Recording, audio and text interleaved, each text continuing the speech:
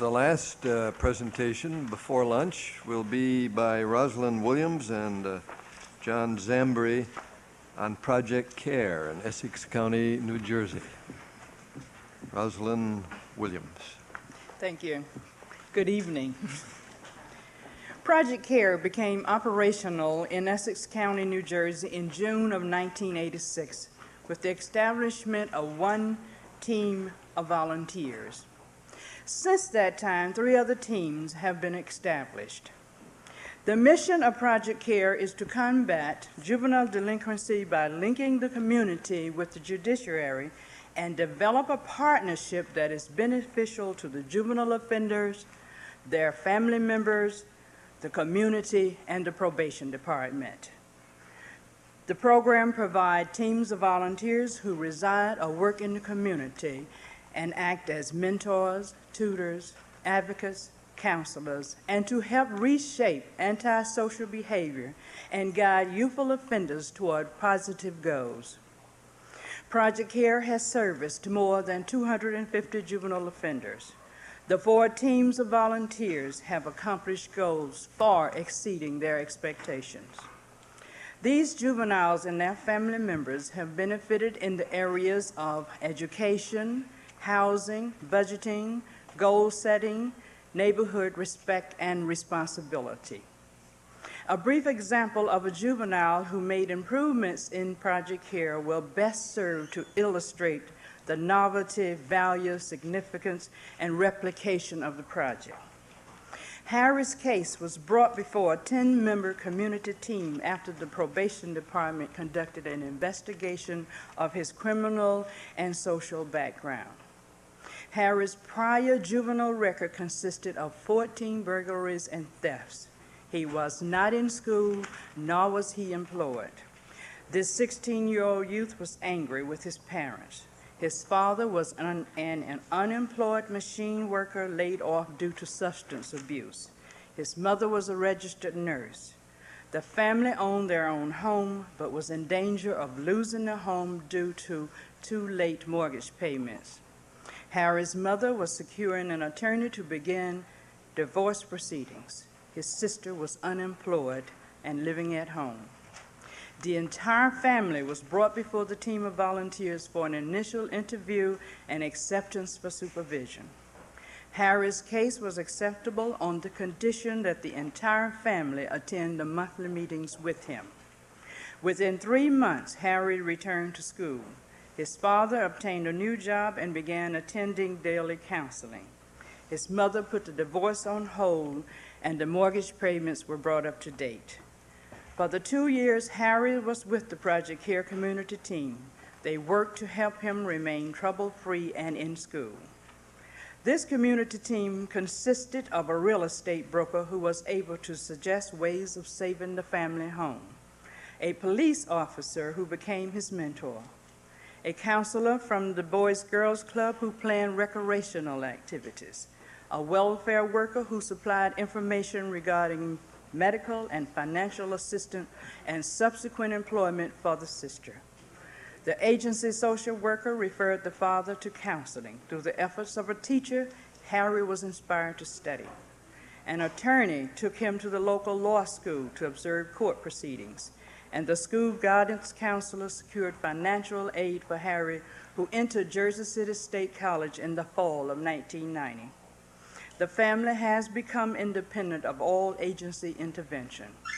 We use this case to point out how a team comprised of people with diverse backgrounds and talents can bring assistance to juveniles and families in trouble.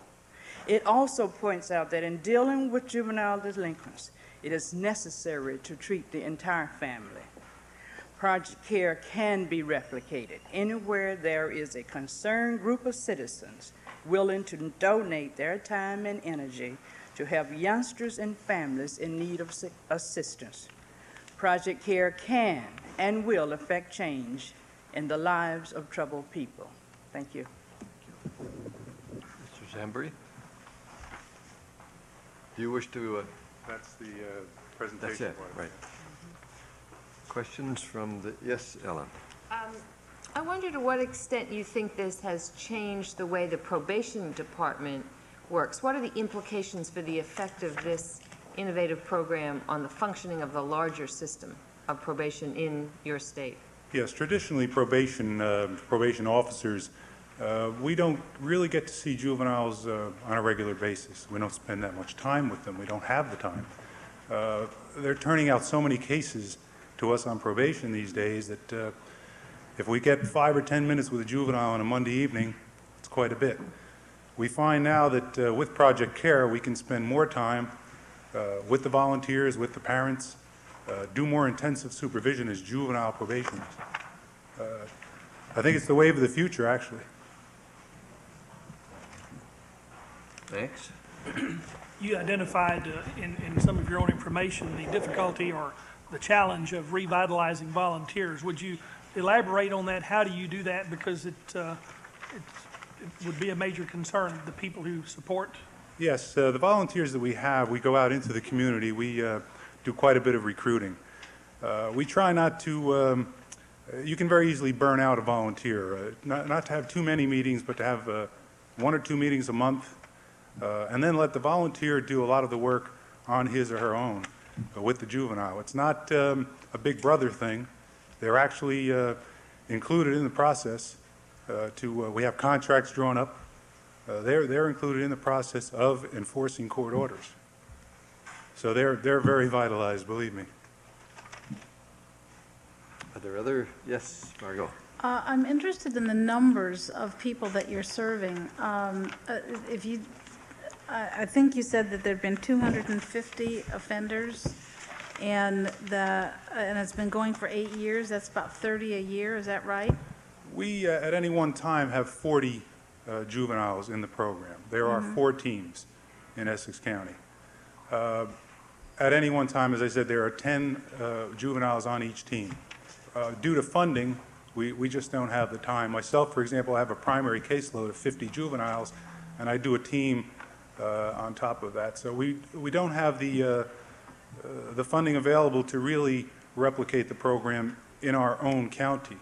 Okay, we have other agencies. We have the Supreme Court has a Minority Concerns Commission right now that's very interested in replicating it. We have our own administrative office of the courts who want to replicate this program throughout the state. What we need is funding, very limited funds. So how much does it cost? Aren't most of aren't they community volunteers? Yes, the volunteers are not paid, of course. We train the volunteers on our own time. The only funding we receive is for salaries, and we receive a small stipend ourselves. We have no expense account. Sometimes we have to dip into our own pockets to do something for the volunteers, to show some kind of appreciation. They work very hard. They work very diligently. They give of their own time. These meetings are done at night. They're done on Saturday mornings. But you said that you would expand the program if you had more funding.